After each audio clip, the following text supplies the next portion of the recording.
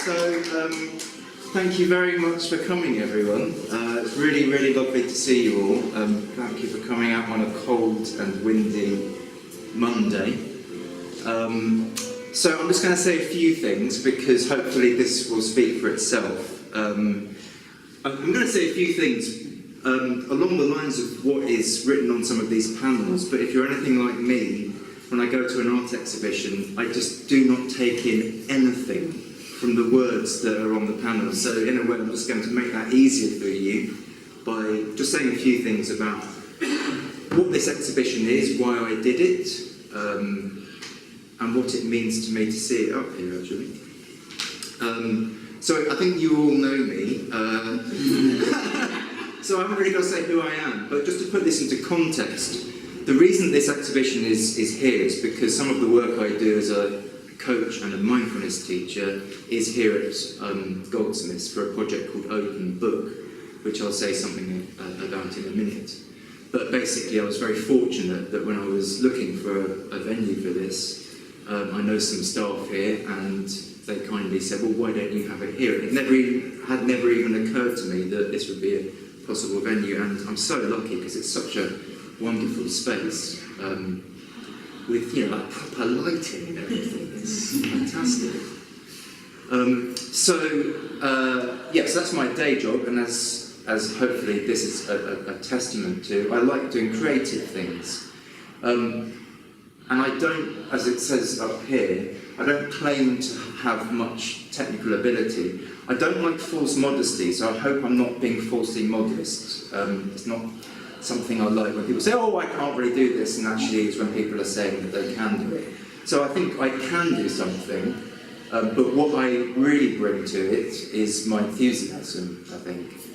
And this is a culmination of a project that 3.5 years, started in 2014, and it's just been a lot of time and effort, and the combination of my love of doing creative things, drawing and painting and making films, and my fascination in what makes people tick, and my love for my friends. So it was just all those things coming together as one. So what you see here are the portraits, a little bit of blurb about each person, and then some words about what it all means, and that's what I'm just going to say a few things about. So the project started in 2014, and it started when I had a coaching session with Katie, who I'm very glad has come. It feels that it's important that Katie is here. She was sort of witness of the birth of this project, if you like, or the midwife, perhaps.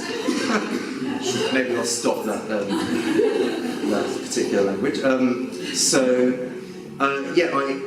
met Katie, I can't remember where, but anyway, Katie is a coach, a creative coach, also a singer, and runs choirs.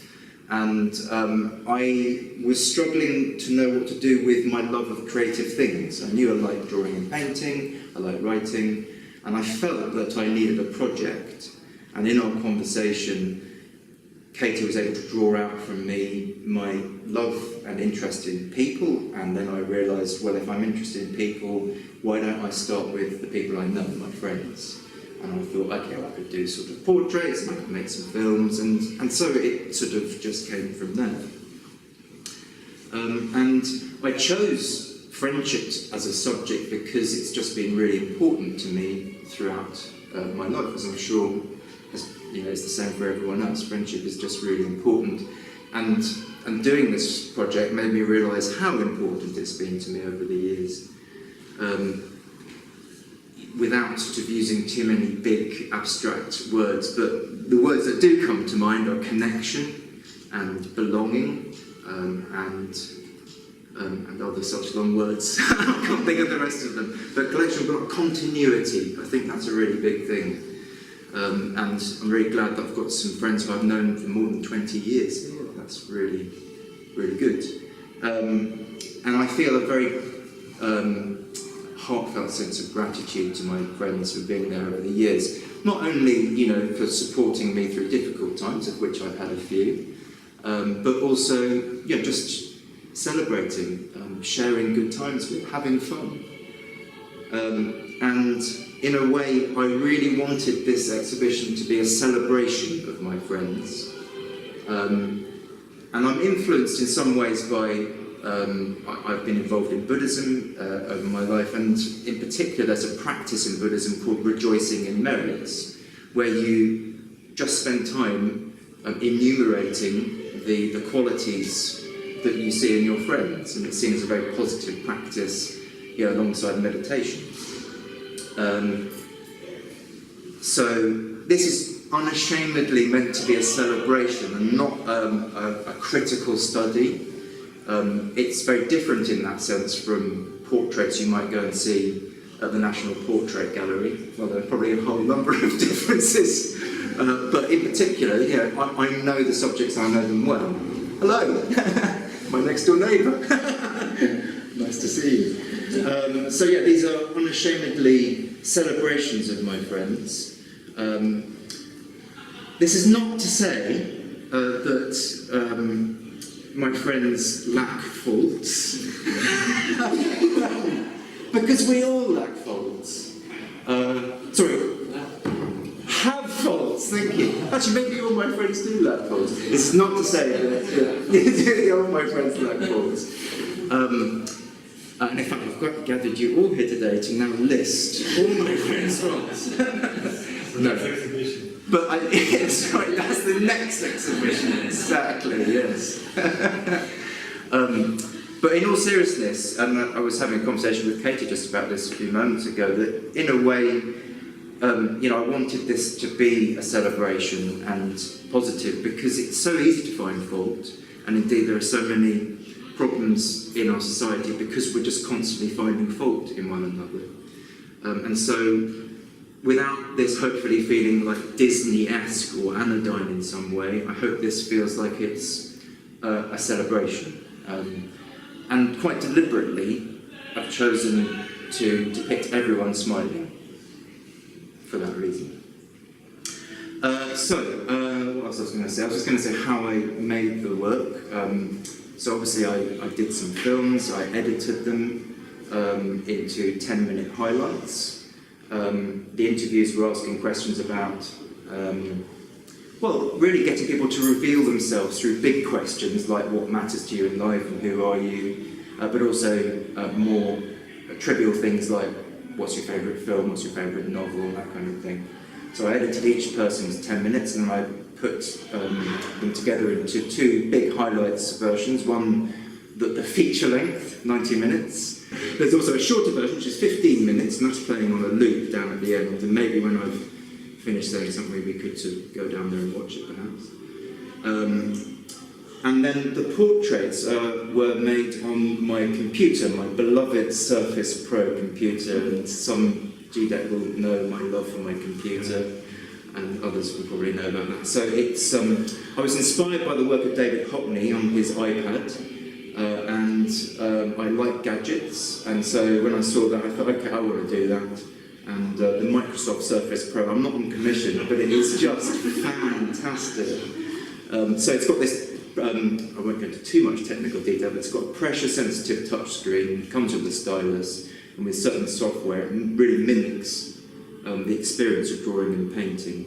And it's great because you can just, in effect, have a studio wherever you are, and you can change colours very easily. You can kind of mix all your colours, and I love it. On page 49. That's right. Exactly. So everything is, it's digital in that sense. It is a digital project, and everything is on the website, friendsandfriend.com. And there's also a book, which I'll show you later, which you can also order through the website. Just a couple other things I wanted to say. So I didn't set out to say anything. I wanted friends to reveal themselves, and what's in the background of the portraits, it relates to things they've said in their interviews. Obviously it's my choice of what I focused on, but it's not me it's friends revealing themselves, not me saying who they are. Obviously I'm giving my take on them. And I didn't set out to find particular themes when I was doing it, but when I got to the end and was reviewing all the work, I noticed a few themes which felt like it's worth saying, and that's what some of these panels say. Firstly, what really struck me, and obviously I'm interested in this because I do psychological work, but what I noticed is that what seemed to be in common for people about, let's just say, what makes for a good life, what makes for a life that feels meaningful. Top of the list was connection, people, for everyone. What matters most to you? Everyone said people, first thing. I think the next thing that struck me was the importance of values, of a sense of direction in life, a sense of your life having meaning and purpose. And thirdly was people's desire to express themselves in a number of different ways, whether that's through creativity, through study, through spiritual practice, through learning, through using the body, but this desire to express yourself and to ultimately to fulfill yourself. The next thing that I noticed, and I'm very biased in this, and of course it's slightly self-selecting because these are my friends, but is a kind of notion of what I like to think of as universal spirituality. So I am spiritual, whatever that means. But I was really struck by the fact that several friends who don't identify as spiritual or as religious, in some of their answers to big questions like what matters most to you and who are you and that sort of thing, what people found themselves talking about, to me, had a kind of spiritual tone to it, about things happening for a reason, and the kind of mystery of life. And I was really struck by that. And I've noticed it also with my parents, who are very atheist, but when you hear them starting to talk about things, you think, are you really? And finally, the thing I noticed which touched me, several people, in answer to the question, who are your heroes, spoke about not famous people or people who have achieved great feats, but ordinary, everyday people who overcome and deal with adversity, overcoming ill health, poverty, disability. And also several people, and I would include myself in this, who, not that they're setting themselves up as their own heroes, but recognise that they've done that themselves. They've had to overcome quite significant personal challenges. So I like this idea of the kind of ordinary, extraordinary, which seems to have come out from all this work. So that's all I wanted to say, but I do want to just say some thanks. So firstly, to Open Book. We still have two representatives here.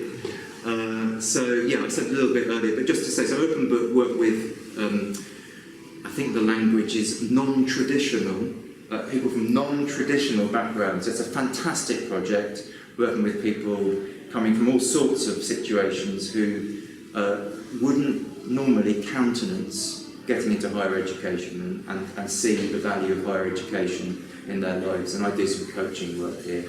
And so I'm very grateful that, well, I love the work, but I'm grateful it's through them that this exhibition is possible. He's not here, but I want to thank Mark Edmondson, as this is being filmed. Thank you, Mark. So he helped me set up the video at the end there. Print Services, they've got these done. Katie, for the fantastic coaching session.